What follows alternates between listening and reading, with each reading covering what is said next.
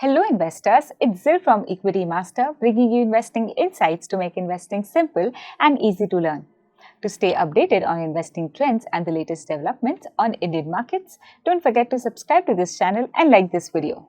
You see, penny stocks, commonly understood as small cap companies with typically low priced shares, attract a lot of interest among the investor community. Investing in penny stocks can be both alluring and risky.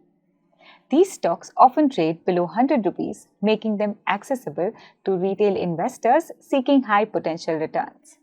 However, due to their volatility, limited liquidity, and susceptibility to market manipulation, identifying fundamentally sound penny stocks becomes crucial.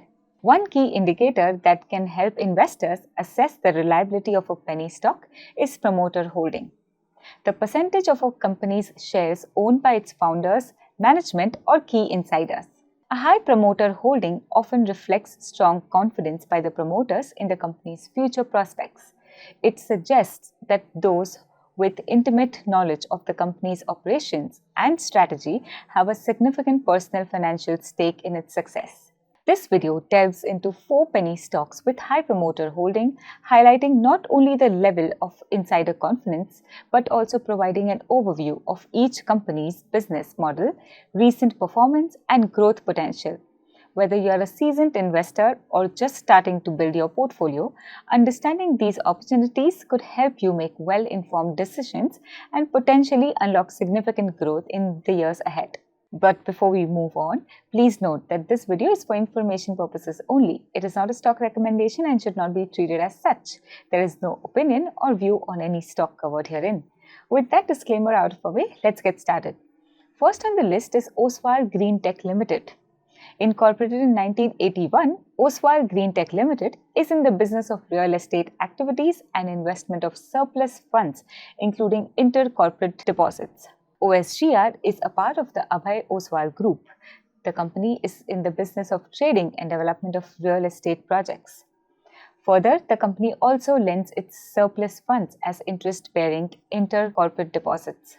On 19th May 2023, company changed its name from Oswald Chemicals and Fertilizers Limited to Oswald Green Tech Limited. It also changed its symbol from Bindal Agro to Oswald Green. The company derives 4% of its revenues from real estate segment, 76% from interest on investment, and balance 20% from other income. Oswald Green Tech acquired a 4.97% stake, totaling 6.7 million shares in Oswald Agro Mills. This increase in promoter holding is intended to reinforce commitment and boost market confidence. Oswald Green Tech is also the promoter of OAML, held 1,000 equity shares in the company prior to the said acquisition. The move is expected to strengthen the promoter's influence, enhance investor perception, and provide greater strategic flexibility and control within the company. Promoters own 69.2% stake in the company with a purchase of 4.9% stake in the September 2024 quarter. The company has reserves worth 22.4 billion rupees with almost zero debt. The shares of Oswald Green Tech have returned 26% in the past 1 year. Second on the list is Hincon Chemicals. Incorporated in 1998, Hincon Chemicals Limited does manufacturing and sale of sodium silicate and construction chemicals and trading activities. The company boasts of a strong clientele including the likes of Larsen & Toubro Limited, F-Cons Infrastructure Limited, Dilip Buildcon Limited, Hindustan Construction Company Limited, etc. It provides services such as waterproofing and repair and retrofitting and restructuring services. The company is setting up a new plant at Munshirhat, West Bengal at a capital outlay of 80 million rupees. The land has been acquired and development of land is in progress. Hincon derives 94% of its revenues from sodium silicates and construction chemicals, 5% from pulses and 1% from works contract. Geographically, the company derives 18% revenues from exports and balance 82% from domestic sales. In FY25, the net profit came in at 39.6 million rupees compared to 63.8 million rupees in the year ago period. Going forward, the company aims to strengthen its position as a leading construction chemicals manufacturer by continuously innovating and developing new products. Promoter holding of Hincom Chemicals Limited is 68.67%, indicating strong management confidence in the business of the company. The stock has given a return of negative 29% over the past 1 year on the back of muted operational performance. Third on the list is Coral India Finance and Housing Limited. Incorporated in 1995, Coral India Finance and Housing Limited provides construction, investment, development and maintenance of properties and related services. The company develops real estate projects across commercial complexes, residential developments. It works as builders, developers, contractors for construction works, including land and property development and real estate dealers, and also works on design, landscaping, engineering and structural strength of these developments. The company is also involved in financial services and provides services such as bill discounting, raising and placement of funds, placement of securities, project counseling and advisory services. Coral India derives 55% of its revenue from sale of flats, 26% from rent, 7% from interest income, 4% from dividend and 8% from other income.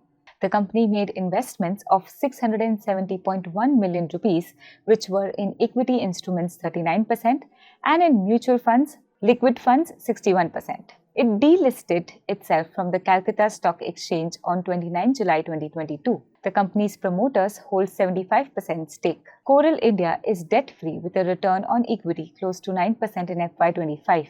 Shares of the company have given negative 13% over the last 1 year on the back of declining revenues and profitability. Fourth on the list is Intbank Merchant Banking Services Limited.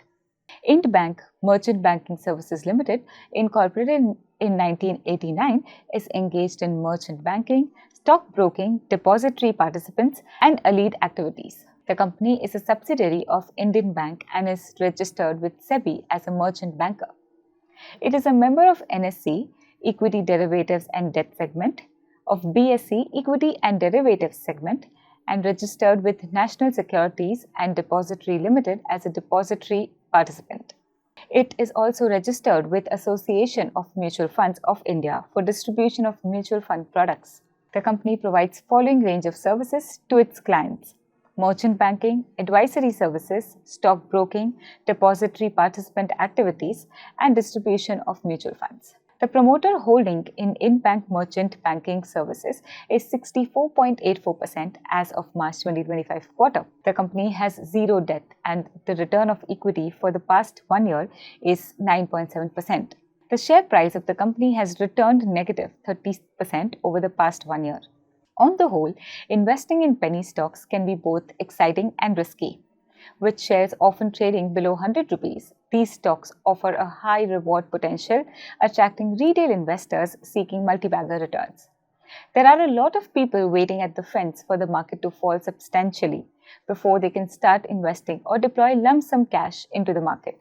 However, this segment is filled with challenges, including high volatility, low liquidity, and a risk of price manipulation.